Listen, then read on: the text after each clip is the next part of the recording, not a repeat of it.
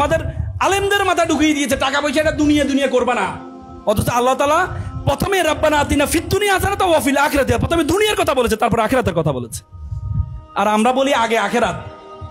No, আল্লাহ আখিরাত বলেন, আগে আল্লাহ দুনিয়ার কথা বলেছেন। এবং আল্লাহ তাআলা যত জায়গায় বলেছেন ইন্নাল্লাহ ইশতারা মিনাল মুমিনিনা আনফুসাহুম ওয়া আমওয়ালাহুম বিআন্না লাহুমুল জান্নাহ, দেখবা যত আয়াতে বলেছে আল্লাহ তাআলা প্রথমে বলেছে দান করার জন্য। প্রথমে কি বলেছে? দান করো, যে আমওয়াল, সম্পদ দাও, সম্পদ দাও। আর আমরা বলি যে সম্পদ না, দরকার নেই। অত ইসলাম এক সময় বড় বড় ব্যবসা যত প্রতিষ্ঠান ছিল সবগুলো মুসলমানদের ছিল। সিন্দাবাদ, আমরা দেখি না সিন্দাবাদ, সিন্দাবাদের দ্বারা ব্যবসা করার জন্য এই অঞ্চলে আসছিলেন, এসে ইসলামের দাওয়াত দিয়ে গিয়েছেন।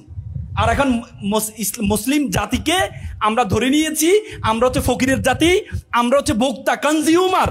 আর ইহুদিরা হচ্ছে সকল ব্যবসা প্রতিষ্ঠান পরিচালনা করে, আর আমরা হচ্ছে কনজিউমার, ভোক্তা।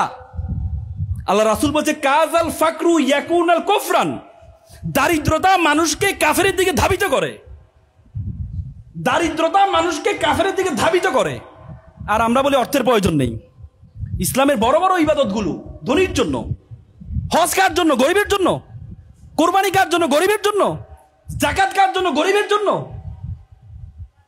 বড় বড় ইবাদতগুলো ধনীর জন্য।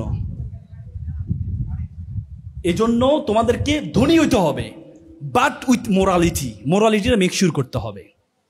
ধনী হবা কিন্তু মোরালিটি, এই যে সফল কোটি টাকার মালিক হইলা কিন্তু মোরালিটি নাই, এ টাকার কোনো ভ্যালু নেই, এ টাকার কোনো ভ্যালু নেই। এজন্য স্বপ্ন দেখো বড়। আর একটা ছেলে দাঁড়াও, একটা বসো, আপু বসো, একটা ছেলে দাঁড়াও, একটা ছেলে দাঁড়াও, দাঁড়াবা না, মালি পাথর, পাথর ছোড়া লাগবে নাকি?